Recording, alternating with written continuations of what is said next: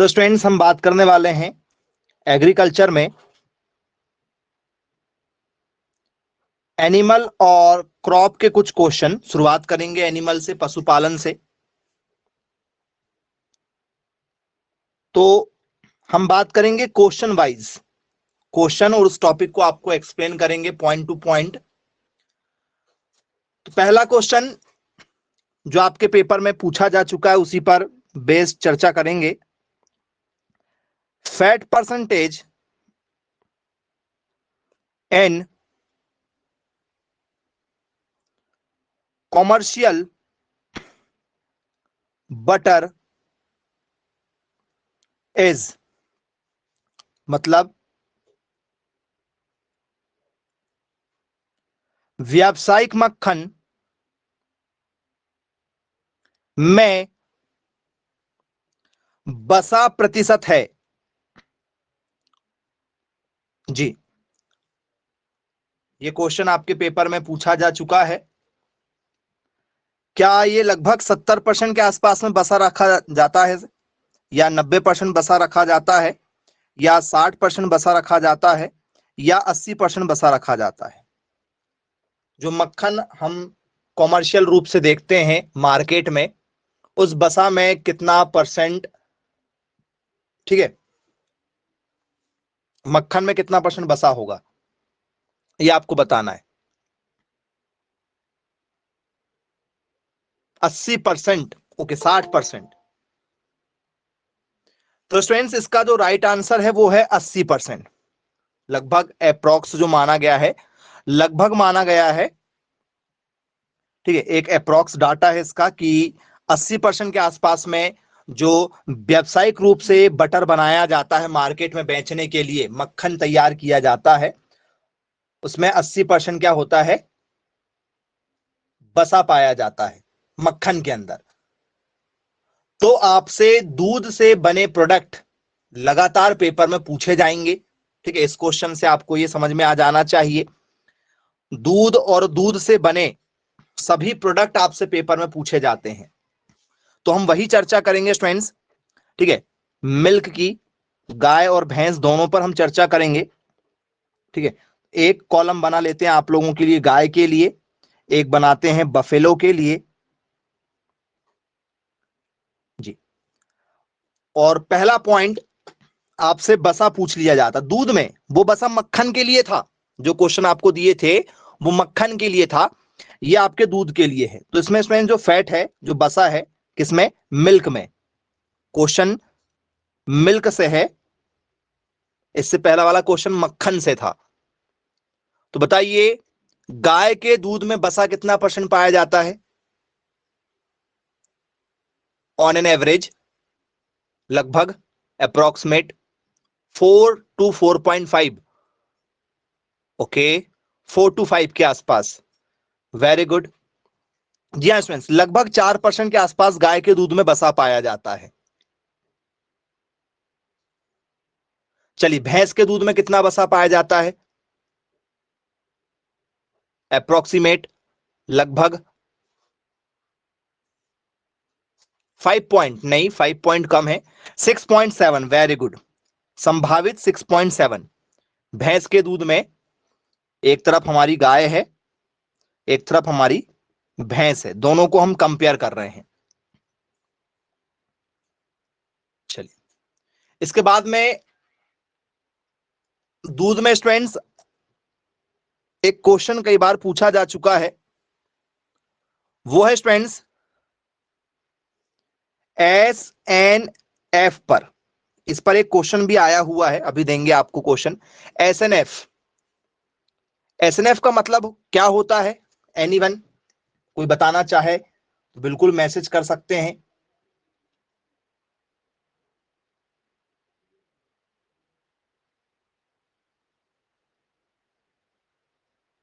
जी, question क्या पूछा गया पेपर में, जरा वो भी देख लीजिए। एक और क्वेश्चन आपको दे रहे हैं, SNF percentage of cow milk is. जी, क्या है क्वेश्चन हमारा? गाय के दूध में, गाय के दूध में एस एन एफ का प्रतिशत है। जी, गाय के दूध में एसएनएफ का प्रतिशत क्या है? ठीक है, ये आपके पेपर में पूछा जा चुका है, वो आपको बताना है क्या होगा। क्या स्टूडेंट्स ये 9.7 है? क्या स्टूडेंट्स ये आपका 8.8 है? क्या स्टूडेंट्स ये आपका 3.2 है? क्या स्टूडेंट्स ये आपका 4.9 है?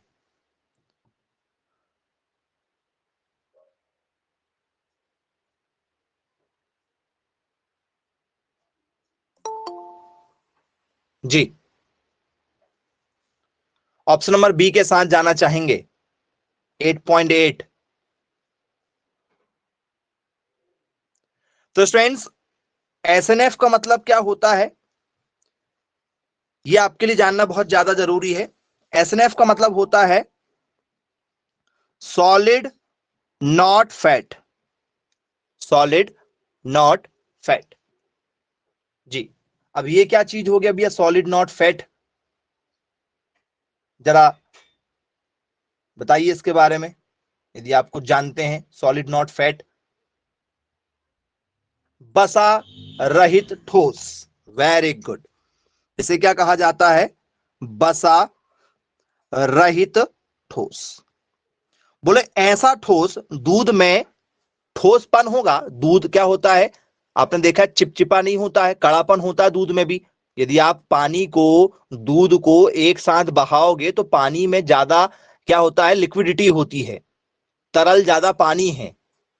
दूध थोड़ा सा गाढ़ा होता है, दूध थोड़ा सा गाढ़ा होता है। तो ऐसा गाढ़ापन, ऐसा सॉलिडपन, ऐसा ठोसपन जिसमें बसा ना हो, जिसमें बसा ना, बसा आपने बता दिए 4%, आपको ठोसपन बताना है जिसमें बसा ना पाया जाता हो, तो वो परसेंटेज कितना है, ये आपसे पेपर में पूछा जा चुका है। तो स्टूडेंट्स गाय के दूध में जो एसएनएफ पाया जाता है वो 9.7% पाया जाता है।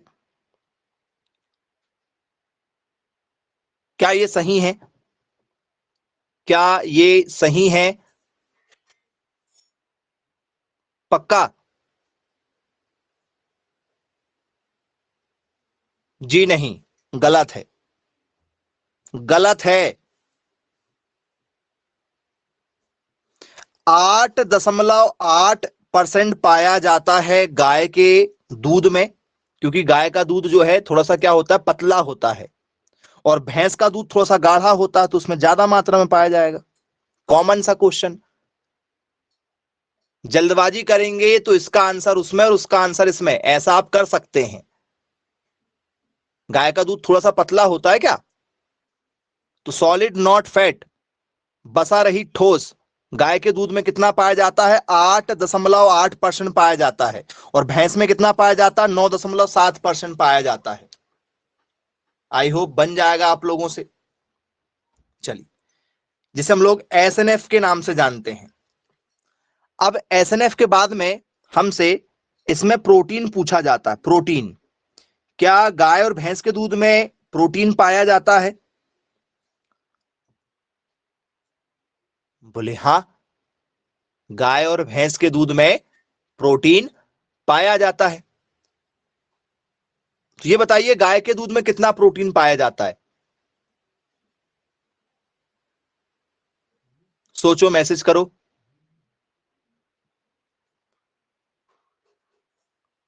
चलिए, कुछ लोग कह रहे हैं 3.5। हाँ, लगभग 3.5 आप कह सकते हो। 3.3% के आसपास में इसमें क्या पाया जाता है? प्रोटीन पाया जाता है। ये डाटा सारे फ्लक्चुएट हैं। 3.3 लिखाया गया है, ऐसा नहीं कि एक पत्थर की लकीर हो गई है कि ये 3.3 ही होगा, उससे कम ज्यादा नहीं हो सकता। थोड़ा बहुत कम ज्यादा फ्लक्चुएटरी डाटा होता है। एग्जैक्ट आप इसको कभी नहीं लिखेंगे कि सर ने एग्जैक्ट बताए हैं तो एग्जैक्ट ही होगा। ठीक है, सभी गायों के लिए अलग अलग होता है, सभी भैंसों के लिए अलग अलग होता है। हम बता रहे हैं आपको एवरेज। भैंस में कितना होता है? भैंस में होता है 4.1, या जिसे आप लोग 4% कह सकते हैं। चलिए, अब आपने स्टूडेंट्स दूध में एक पीलापन देखा होगा, दूध में एक आपने सफेदपन देखा होगा। बोले यस। दूध में पीलापन भी होता है, दूध में सफेदपन भी होता है। तो दूध में पीलापन किसमें होता है? दूध का पीलापन किसमें होता है बच्चों? तो सर दूध में पीलापन केवल एक ही चीज में देखने के लिए मिलता है, वो है गाय के दूध में। गाय का दूध कैसा होता है, पहचान यदि आपको करना है तो गाय के दूध की आप पहचान कर सकते हो कि भैया इसमें क्या पाया जाता है, कैरोटीन पाया जाता है। इसमें क्या पाया जाता है? गाय के दूध में कैरोटीन पाया जाता है। बोले यस, बिल्कुल ठीक है। भैंस के दूध में क्या पाया जाता है? सर भैंस के दूध में कैसीन पाया जाता है। भैंस के दूध में क्या पाया जाता है? कैसीन पाया जाता है। तो भैंस का दूध सफेद होता है। तो क्या गाय का पूरा ही दूध सफेद होता है बच्चों? यदि गाय के दूध को मैं गर्म कर लूं और उसकी मलाई निकाल लूं, तो मलाई निकालने के बाद में दोनों दूध को यदि मैं कंपेयर करूं, गाय के और भैंस के दूध को कंपेयर करूं, तो फिर क्या पहचान करके बता दोगे कि ये गाय का है और ये भैंस का है? देख कर बताना है, टेस्ट करके नहीं बताना है। बोल सर फिर नहीं बता पाएंगे। मतलब आप ये मानते हो कि गाय का जो और भैंस का जो पूरा पूरा दूध होगा, 100% दूध, उसमें टोटल केसीन पाया जाता होगा, क्योंकि गाय का दूध भी रियल में तो वाइट ही है, सफेद ही है, और भैंस का दूध भी सफेद ही है। लेकिन गाय के दूध में एक एलिमेंट ज्यादा पाया जाता है, उसका नाम है कैरोटीन, जिसके कारण से उसका दूध दूध क्या हो जाता है, थोड़ा सा पीला हो जाता है। इसकी जो मलाई निकलती है गाय के दूध की, वो हल्की सी पीली हो जाती है, ऊपर एक येलो कलर की लेयर जम जाती है, तो कैरोटीन के कारण से होती है, जो सिर्फ भैंस के दूध में नहीं पाया जाता है। लेकिन दूध तो दोनों सफेद ही होते हैं एक्चुअल, यदि आप देखोगे तो, यदि हम मलाई निकाल लें तो इन दोनों में कैसीन पाया जाता है। चाहे गाय का दूध हो चाहे भैंस का दूध हो, कैसीन की मात्रा पूछी जाती है।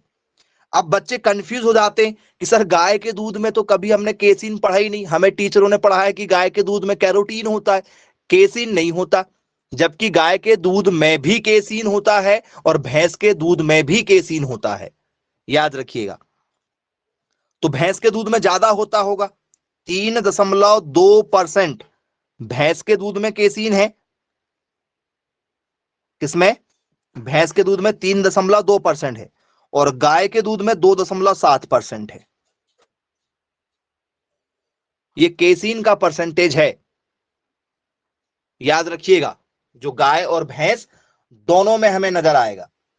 अब इसके बाद में दूसरे पॉइंट पर यदि हम आए तो फ्रेंड्स, दूसरा पॉइंट हमारा बनेगा जो आप सभी लोगों ने पढ़ा हुआ है,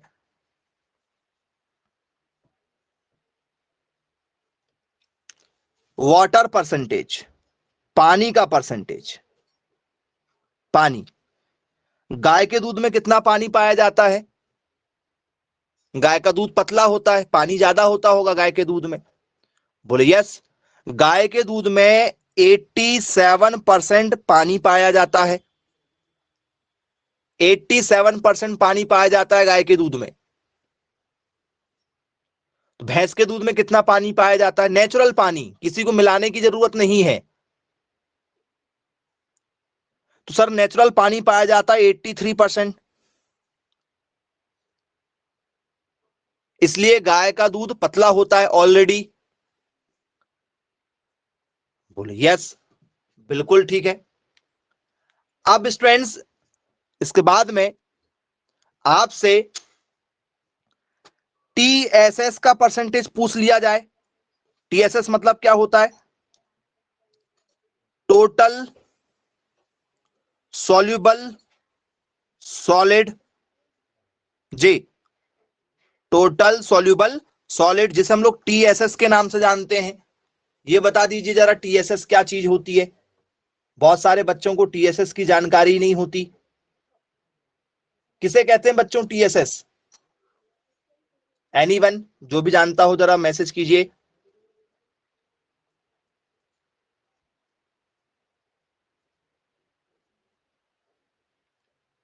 कुल ठोस पदार्थ, वेरी गुड, बहुत बढ़िया। इसे क्या कहते हैं? कुल ठोस पदार्थ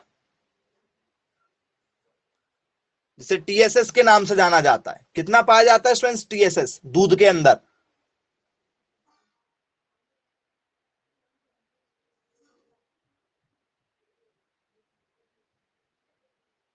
20%। Okay, very good. और कोई टीएसएस के आंसर में जाना चाहे तो स्टूडेंट्स गाय का दूध ऑलरेडी पतला होता है, तो गाय के दूध में ये 12.8 या जिसे हम लोग 13% के आसपास कहते हैं, 13% के आसपास में टीएसएस का मात्रा आपको देखने के लिए मिल जाएगी। ठीक है, 12.8 या 13%। भैंस के दूध में 16.3%, 16.3%। भैंस का दूध थोड़ा सा ज्यादा गाढ़ा होता है, तो उसमें जो टोटल सॉल्युबल सॉलिड होता है, कुल ठोस पदार्थ जो होता है वो कितना होता है? 16.3 होता है। बोले चलिए ठीक है, क्लियर है। अब ये पेपर में पूछे जाने वाले बहुत ही इंपॉर्टेंट क्वेश्चन थे, आई होप आपको समझ में आ गया होगा।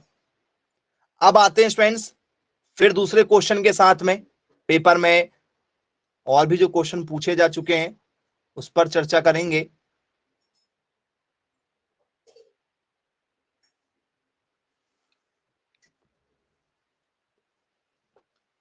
अगला हमारा जो क्वेश्चन है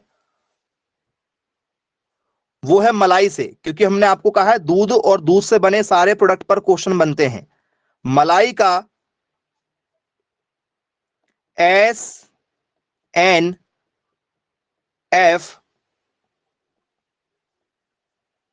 प्रतिशत है, मलाई का SNF प्रतिशत है। SNF percentage of cream is, जो मलाई वगैरह आप लोग खाते हैं उसमें कितना सॉलिडपन पाया जाता है?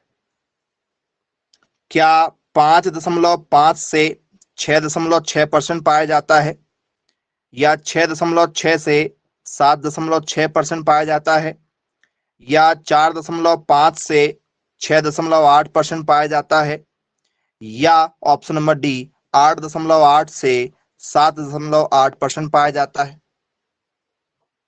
एसएनएफ का परसेंटेज बताना है आप लोगों को। सॉलिड नॉट फैट का परसेंटेज क्या होगा? सोच समझकर जवाब दीजिएगा, जल्दबाजी में जवाब नहीं देना है, जल्दबाजी में जवाब देंगे गलत ही होगा।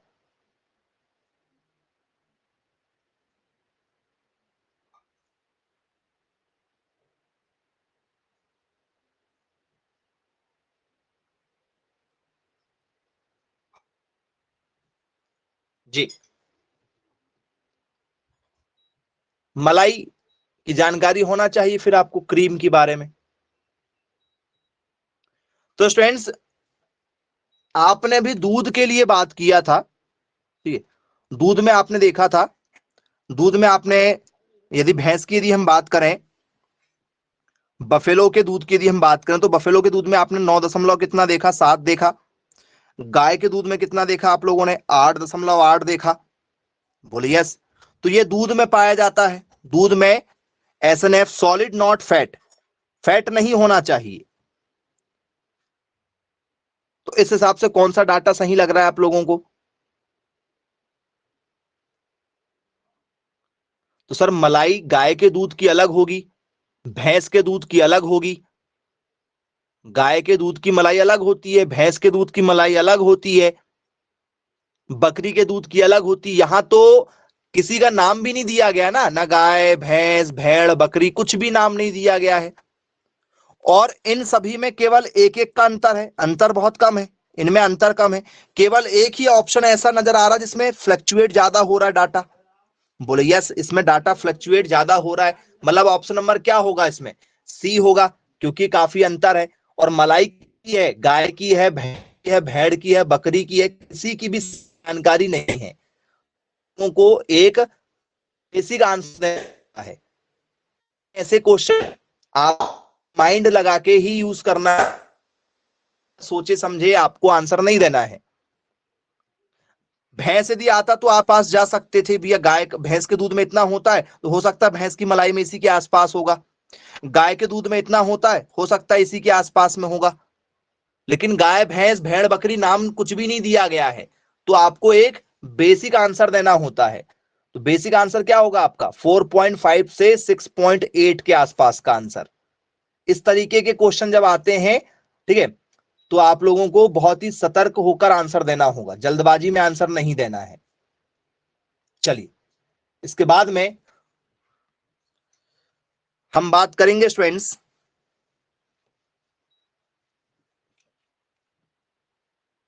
एक बहुत ही बढ़िया क्वेश्चन के साथ, ठीक है, जो लगातार एक क्वेश्चन हर साल पूछा जाता है। ठीक है, तो क्रॉप का आपका एक क्वेश्चन बनेगा। क्वेश्चन है हमारा, नेशनल इंस्टीट्यूट ऑफ एग्रीकल्चरल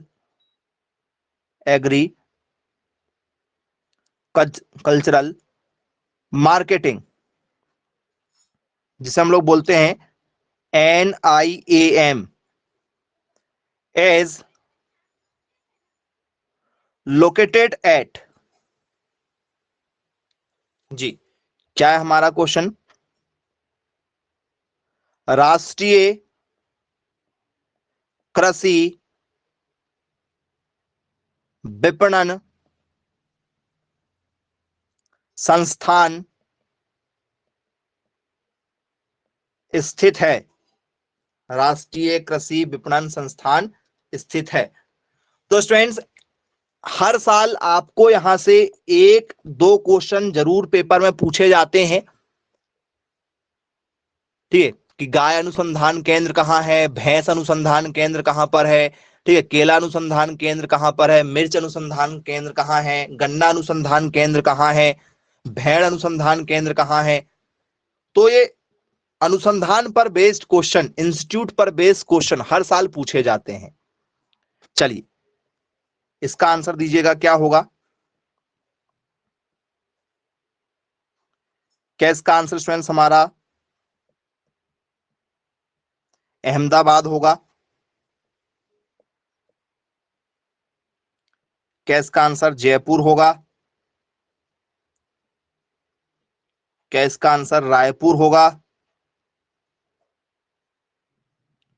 क्या इसका आंसर नागपुर होगा,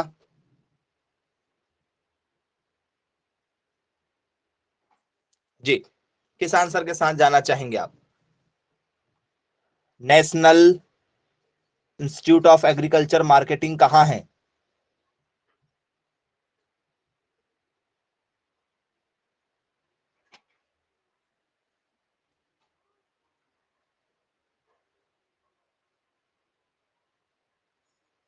चलिए, तो आंसर में आप दे रहे हैं कि ये कहां है हमारा, राजस्थान में है।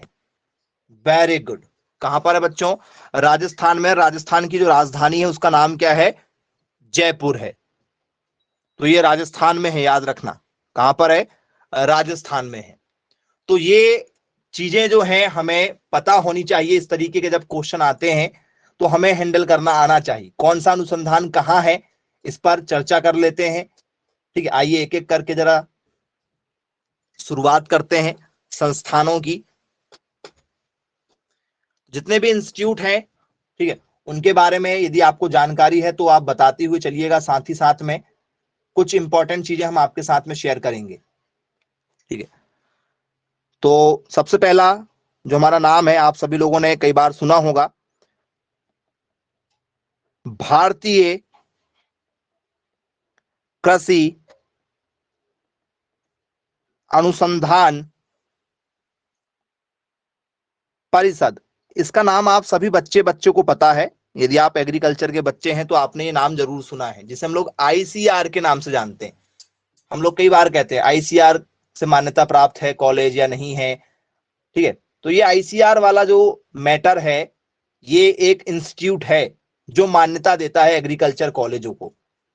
तो जरा बताइए क्या होना चाहिए आपके हिसाब से, कहां है स्टूडेंट्स ये।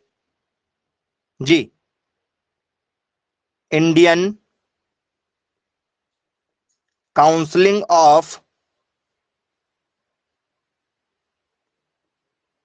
Agricultural research. जी, बताइए बच्चों कहां है ये?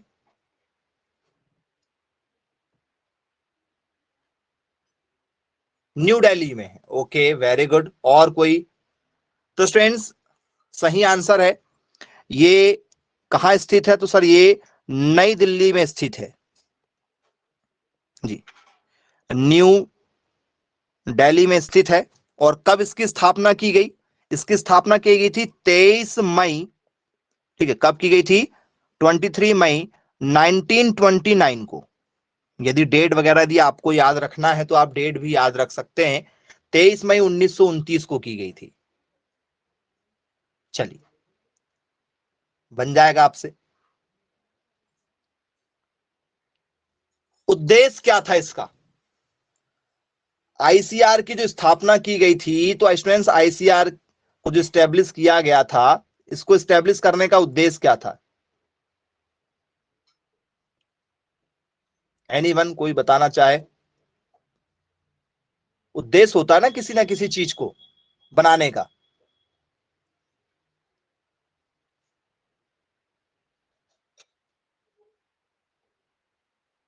जी, तो स्टूडेंट्स इसका मेन लक्ष्य जो रखा गया था वो था स्टूडेंट्स कि इंडिया में जितने भी एग्रीकल्चर कॉलेज हैं, जितने भी एग्रीकल्चर इंस्टीट्यूट हैं, उन सभी के ऊपर एक क्या हो, ऑर्गेनाइजेशन हो जो सभी की देखरेख करे। भारत में कृषि, शिक्षा और अनुसंधान तीनों के बीच में एक जवाबदेही किसी की हो। ठीक है, किस किस के बीच में? तो सर इसने क्या किया, ये एक कोऑर्डिनेशन संस्था है। इसने क्या किया सर? कोऑर्डिनेशन किया। इसने क्या बनाया? आपस में समन्वय बनाया। समन्वय बनाया। जैसे एग्जाम्पल के रूप में यदि आप लें, जैसे आप, ठीक है, ठीक है, किसी के साथ आपकी लड़ाई होगी तो क्या करेंगे आप? सबसे पहले किसके पास जाएंगे? बोले सर हम लोग सबसे पहले एफआईआर करवाते हैं, फर्स्ट इंफॉर्मेशन रिपोर्ट करवाते हैं, एफआईआर। बोले यस, एफआईआर करवाते हैं। लेकिन न्याय देने का काम तो जज का है, तो हम जज के पास क्यों नहीं चले जाते कि जज साहब इसने मुझे मार दिया? डायरेक्ट हमें जज के पास जाना चाहिए। जज तुरंत देख लेंगे, हाँ ऐसी ऐसी बात है, वो वीडियो दिखा दो, यदि मारपीट का कोई वीडियो है तो जज को दिखा दो वीडियो, तो जज देखेगा, तुरंत जेल में डाल देगा, फांसी की सजा दे देगा। लेकिन हम लोग सबसे पहले क्या करते हैं? एफआईआर कराएंगे, फिर एक वकील लगाएंगे, फिर कोर्ट में पेशी होगी, फिर सुनवाई होगी, फिर आराम से आपको क्या होता है, बेल मिलेगी या तो जेल मिलेगी, दोनों में से कोई एक काम होगा। तो सर ये समन्वय है, मतलब ये बीच की एक कड़ी है कि आप इन सभी के बीच में तालमेल नहीं बना सकते, तो हम तालमेल बना के देंगे आपको। किस किस के बीच में तालमेल बनाएंगे? सर हम तालमेल बनाएंगे एजुकेशन में। ठीक है, क्योंकि एग्रीकल्चर का एजुकेशन अलग होता है, तो हम शिक्षा पर बात करेंगे सबसे पहले कि भैया एग्रीकल्चर की शिक्षा कैसी होगी। ठीक है, फिर हम बात करेंगे कृषि पर। ठीक है, हम शिक्षा पर बात करेंगे, हम बात करेंगे कृषि पर, और हम बात करेंगे इंडिया में जितने भी रिसर्च सेंटर हैं, जितने भी इंस्टीट्यूट खुल रहे हैं, उस पर हम चर्चा करेंगे, अनुसंधान पर। तो हम इन तीनों के बीच में तालमेल बनाएंगे। यदि इन तीनों में कोई भी गड़बड़ी दी हुई तो जवाबदारी किसकी होगी? आईसीआर की। तो आईसीआर ही इनकी मान्यता रद्द भी करता है और आईसीआर ही इसकी मान्यता को क्या करता है? चालू करता है। तो यदि कोई भी इंस्टीट्यूट यदि खुल रहा है, रिसर्च सेंटर यदि खुल रहा है, तो वो आईसीआर अप्रूव्ड होगा। कृषि में यदि कोई भी यदि क्या होता है, नए लॉन्चिंग होती किसी सीड की, किसी बीज की, तो आईसीआर से अप्रूव्ड होगा। जैसे जीआई टैग वगैरह मिलता है, तो जीआई टैग वगैरह भी आईसीआर अप्रूव्ड होता है, आईसीआर की वेबसाइट पर मेंशन होती सारी चीजें। ठीक है, एजुकेशन, शिक्षा के क्षेत्र में आईसीआर से सारी चीजें अप्रूव्ड है हमारी। तो आईसीआर बोर्ड है किस किस के बीच में? समझ में आ गया? एजुकेशन के बीच में, एग्रीकल्चर के बीच में और रिसर्च के बीच में। इस तीनों के बीच में कोऑर्डिनेशन के लिए हमें आईसीआर की स्थापना, ठीक है, करनी पड़ी 23 मई 1929 को। याद रखिएगा, ठीक है। आपको पता नहीं होता आईसीआर आईसीआर आप कहते हैं, आईसीआर एक्चुअल में है क्या, वो समझ में आ गया होगा आपको आज जी। सेकंड हम बात करेंगे स्टूडेंट्स, भारत में शिक्षा की यदि हम बात कर लें तो खाद्यान्न की बात करना बहुत ज्यादा जरूरी है। बोले यस। तो भारतीय, ठीक है, गेहूं एवं जौ अनुसंधान, भारतीय गेहूं एवं जौ अनुसंधान संस्थान, ये कहां पर है जी? एनीवन, इसकी यदि आपको सटीक जानकारी हो तो जरा बताइए, ये कहां पर आपको नजर आ सकता है इंडिया में जी?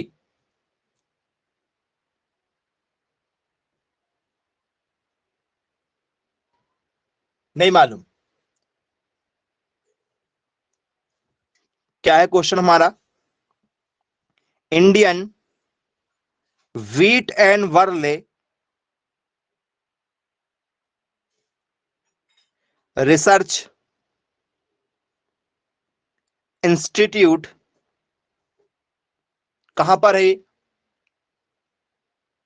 भारत में गेहूं का जितना भी प्रोडक्शन हो रहा है, जितनी भी उन्नति हो रही है, नई नई किस्में जितनी भी आ रही हैं, उसके ऊपर रिसर्च कहां पर हो रही है? करनाल में। ओके, करनाल हरियाणा। चलो चलो, कुछ लोग करनाल कह रहे हैं। एमपी में हो रही है या यूपी में हो रही है या कर्नाटक में हो रही है या स्टूडेंट्स, ठीक है, आपका हरियाणा में हो रही? चलो हरियाणा ही ले लो। ओके, और कोई? कहां पर हो रही?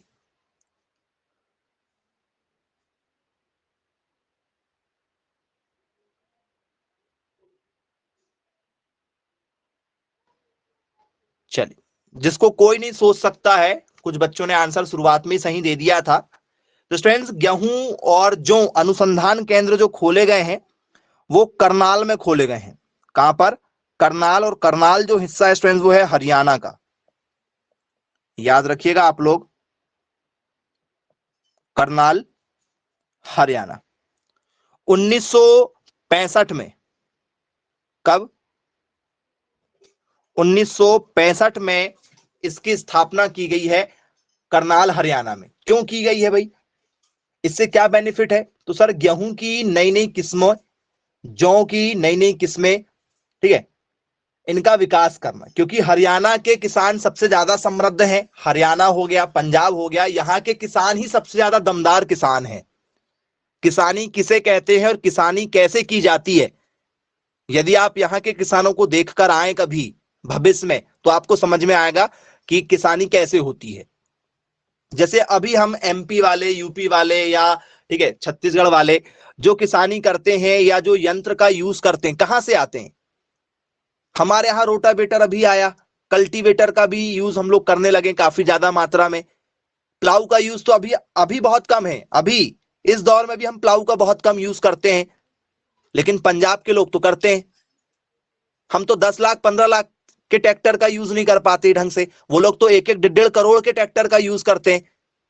फुल्ली एसी वाले ट्रैक्टरों का यूज करते हैं वो लोग। तो वो एक हाई टेक्नोलॉजी वाली खेती करते हैं। तो उनके ही हिसाब से गेहूं और जौ अनुसंधान करनाल हरियाणा में रखा गया, ठीक है, क्योंकि ये लोग पहले से बहुत एक्टिव हैं। ठीक है, जब एमपी, यूपी, बिहार, छत्तीसगढ़ ये ज्यादा एक्टिव नहीं थे, तब से ये ज्यादा बहुत ज्यादा एक्टिव रहे हैं। चलिए, इसके बाद में स्टूडेंट्स एक नाम आपने बहुत ज्यादा सुना होगा, भारतीय कृषि अनुसंधान। ये नाम पेपर में कई बार आ चुका है, भारतीय कृषि अनुसंधान संस्थान। इसके बारे में आपने जरूर सुना होगा, जिसे हम लोग कहते हैं IARI। इसमें भी वैकेंसी निकलती है आप लोगों की। एक तो आईसीआर में वैकेंसी निकलती है गवर्नमेंट जॉब, और एक निकलती है IARI, इनमें वैकेंसी निकलती है। जब आपका पूरा एजुकेशन हो जाएगा तो आप तैयारी करेंगे इन एग्जामों की, बीच में निकलती है वो हम अपडेट करते हैं बीच बीच में, इनमें वैकेंसी निकलती क्या है ये बताइए। तो स्टूडेंट्स इसका नाम है Indian agricultural research institute, research institute. जी हाँ स्टूडेंट्स, IARI, शॉर्ट में IARI के नाम से जाना जाता है। ये क्या काम करता है? भारतीय कृषि अनुसंधान, इसमें तो पूरा का पूरा कृषि की ही बात कर दी गई, तो क्या ये भारत की पूरी कृषि के ऊपर नजर बनाए रखता है क्या? क्या है ये? एनीवन, जो भी बच्चा जानता हो जरा मैसेज करके बताइए।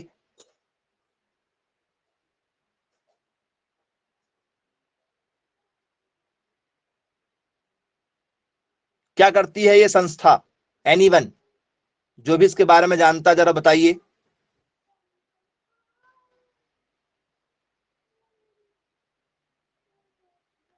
भारत का जो किसान कल्याण मंत्रालय है, भारत सरकार के अधीन है ये। किसके अधीन है? भारत सरकार के अधीन है। ठीक है, ब्रिटिश काल में इसकी स्थापना की गई थी, जब अंग्रेज लोग थे उस समय इसकी स्थापना कर दी गई थी। ठीक है, क्या है इसकी योग्यता क्या है?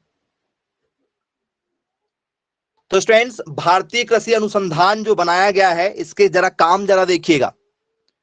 पानी का प्रबंध, पानी का प्रबंध सबसे पहले, क्योंकि खेती यदि करना है, कृषि यदि करना है, यदि हमें एग्रीकल्चर यदि करना है, तो स्टूडेंट्स हमें क्या करना पड़ेगा? सर पानी का प्रबंध करना पड़ेगा क्षेत्र के आधार पर। तो आपने देखा होगा नदी का बंटवारा हुआ है, जैसे MP में ही नर्मदा नदी बह रही है, गुजरात में भी वही बह रही है, तो इनमें आपस में लड़ाई होती है पानी को लेकर। जैसे कावेरी नदी को लेकर, ठीक है, हमेशा लड़ाई होती कर्नाटक वालों में, तमिलनाडु वालों में, पानी को लेकर लड़ाई होती गर्मियों में। बारिश में नहीं होगी, बारिश में तो बोलते हैं तुम ही रख लो पानी, लेकिन गर्मी में बोले नहीं हमें पानी दे दो। तो ये पानी का जो वितरण है वो भी इसी के अंतर्गत है, यही बोर्ड देखता है। कौन? IARI, इसी का काम है। ठीक है, इसी का काम क्या है? तो सर सिंचाई संबंधित जितने भी यंत्र वगैरह बन रहे हैं, उसमें जो सब्सिडी वगैरह आप देखते हो ना, ट्रैक्टर लेने में सब्सिडी है, कल्टीवेटर लेने में सब्सिडी आपको मिलती है, कोई भी मशीन आप खरीद लो एग्रीकल्चर से रिलेटेड तो किसानों को सब्सिडी मिलती है। मोटर वगैरह भी आप लेते हो तो मोटर में भी सब्सिडी मिल जाती है, ट्यूबवेल की हो चाहे नल की वगैरह, जो भी खेतों से संबंधित चीजों में आपको छूट मिलती है। देखा होगा, बोले हाँ मिलती तो है। और कृषि से संबंधित, तो ये डिपार्टमेंट जो है वो क्या है? मिनिस्ट्री है इसकी स्पेशल में। तो ये कहां पर है बच्चों? ये आपके MP में है या स्टूडेंट्स ये तो दिल्ली में होना चाहिए? क्या ये दिल्ली में है? क्या स्टूडेंट्स ये आपके बिहार में होना चाहिए? या स्टूडेंट्स ये आप लोगों के यूपी में होना चाहिए? किसके साथ जाना चाहेंगे आप? जी, दिल्ली में होना चाहिए। ओके,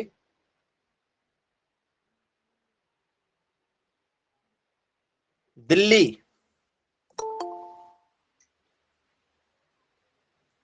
तो जी नहीं स्टूडेंट्स, भारतीय कृषि अनुसंधान आपका पूसा बिहार में है। कहां पर है बच्चों? पूसा बिहार में है। याद रखिएगा, जब भी यदि आपसे पेपर में यदि पूछ लिया जाए तो आपको आंसर मिलेगा पूसा बिहार, तो आपको पूसा बिहार ही लगा के आना है। बोले यस बिल्कुल ठीक है। जरा सुनिएगा, आंसर सुनिएगा, इसके दो आंसर मिलते हैं, इसके दो आंसर मिलते हैं। यदि आपको पूसा बिहार मिलेगा तो आपको पूसा ही बिहार लगाना है। क्यों?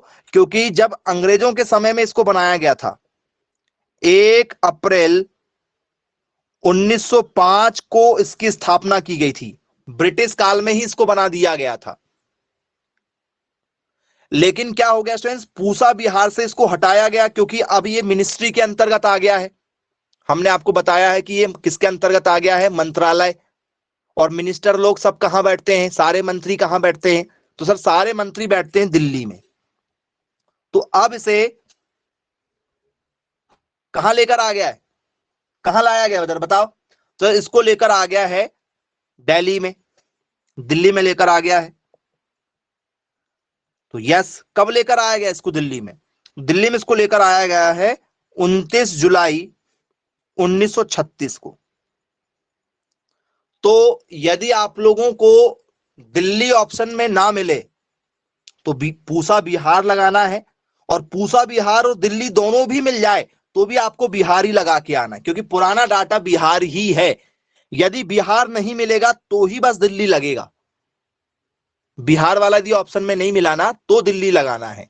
दिल्ली बिहार दोनों यदि साथ में मिला है तो बिहार के साथ जाना होगा, क्योंकि पुराना डाटा आपका जो है क्या है, बिहार है।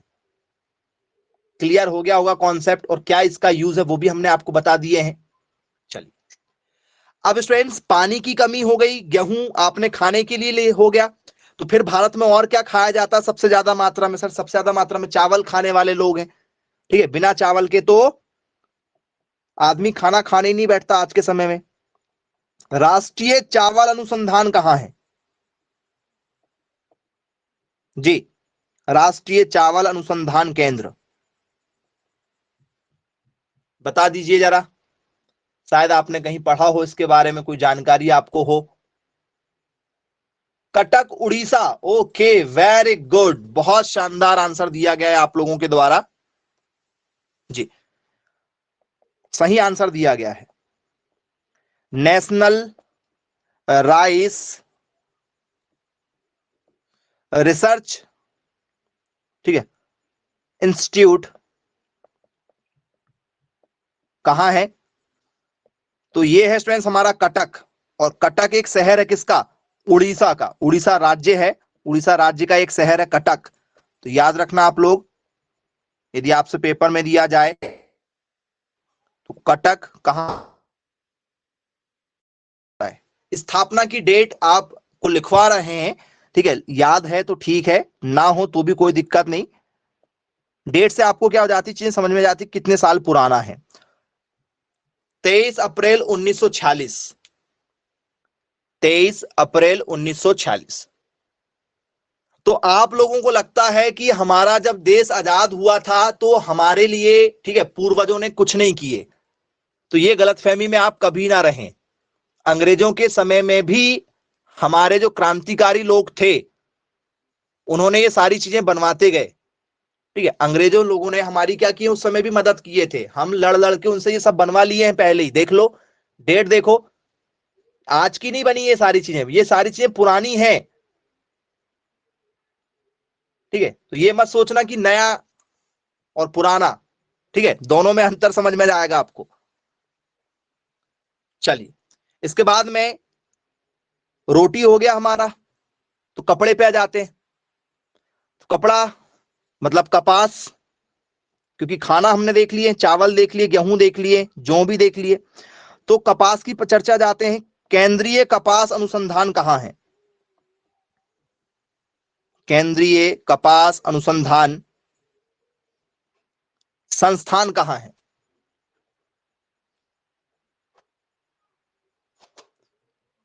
जी कॉटन इंस्टीट्यूट। कौन सा इंस्टीट्यूट, कॉटन इंस्टीट्यूट, ये कहां पर है भाई, तो कॉटन इंस्टीट्यूट आप लोग कह रहे हैं नागपुर में है।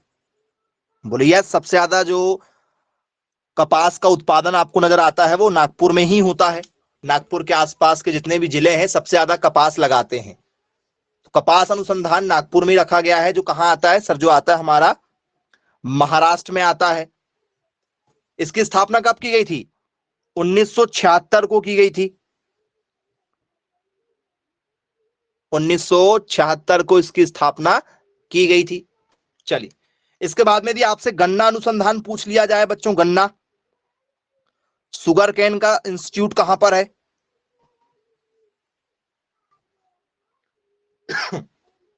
जी लखनऊ यूपी में। Okay very good. किस आंसर के साथ जाना चाह रहे हैं आप लोग? Option number UP. Very good. UP में जगह का नाम याद रखिएगा स्टूडेंट्स, यूपी में जो जगह है उसका नाम है हमारा लखनऊ। यदि पेपर में आ जाए जगह का नाम बताइए तो एग्जैक्ट जगह पूछी जाती है।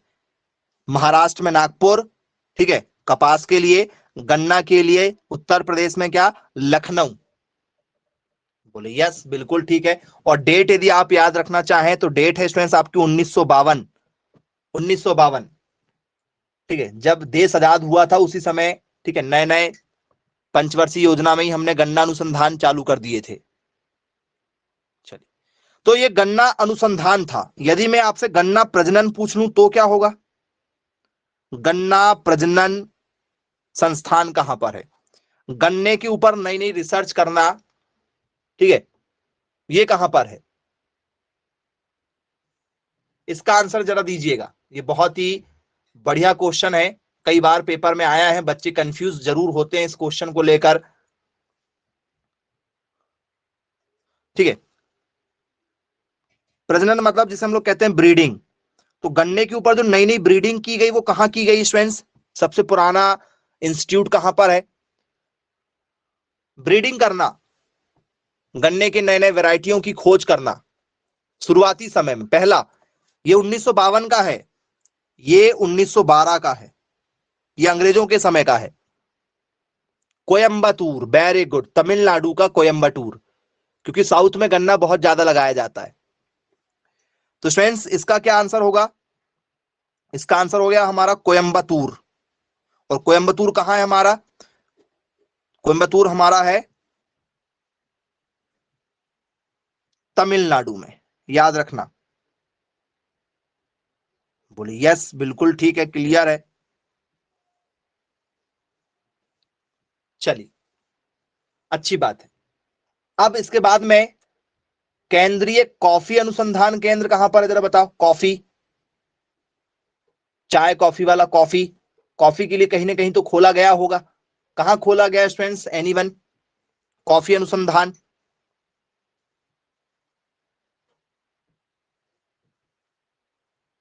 जी, कॉफी अनुसंधान कहां है?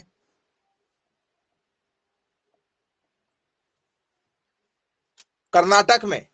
बोले हाँ, क्योंकि चाय कॉफी तो सबसे ज्यादा उधर ही होती है, एमपी यूपी में तो होती ही नहीं कॉफी। कहां होती कॉफी सबसे ज्यादा? सर कोयम्बतूर वाले एरिया में होती है।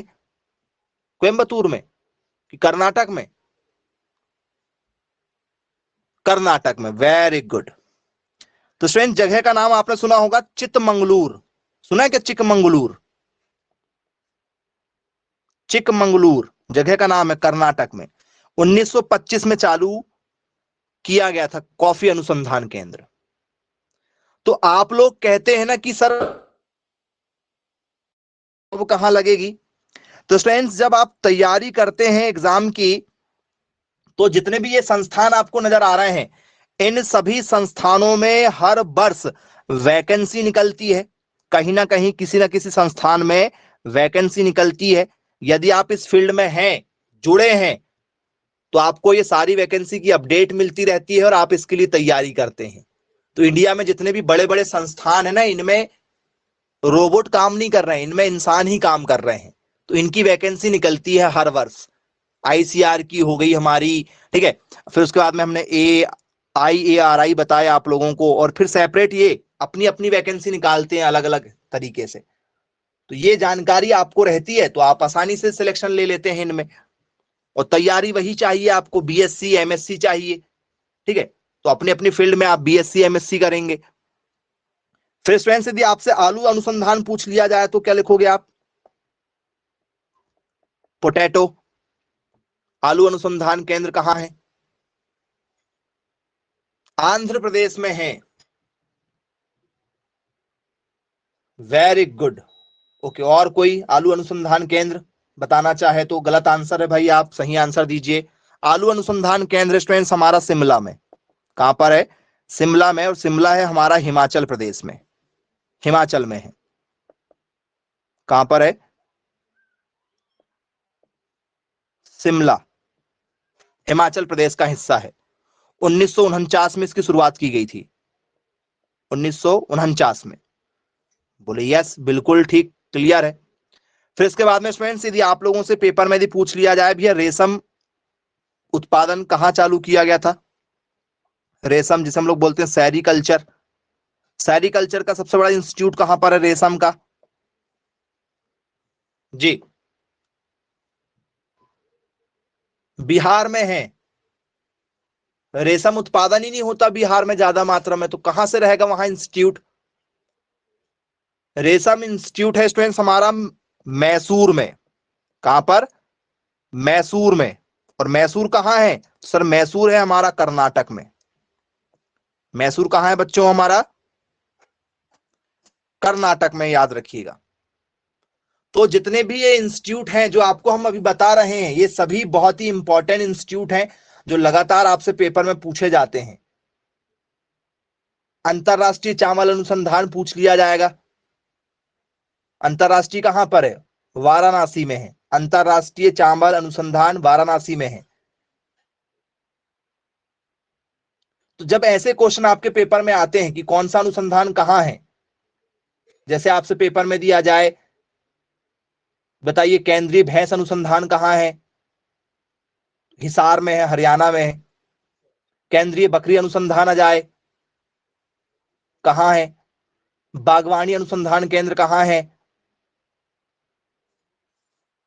तो जूट अनुसंधान यदि आ गया तो भेड़ और ऊन अनुसंधान आ गया, फिर क्या करोगे? तंबाकू अनुसंधान यदि आ गया, फिर तो ये आप लोगों को बनना चाहिए, मतलब यहां से बहुत ज्यादा क्वेश्चन निकलते हैं हर साल।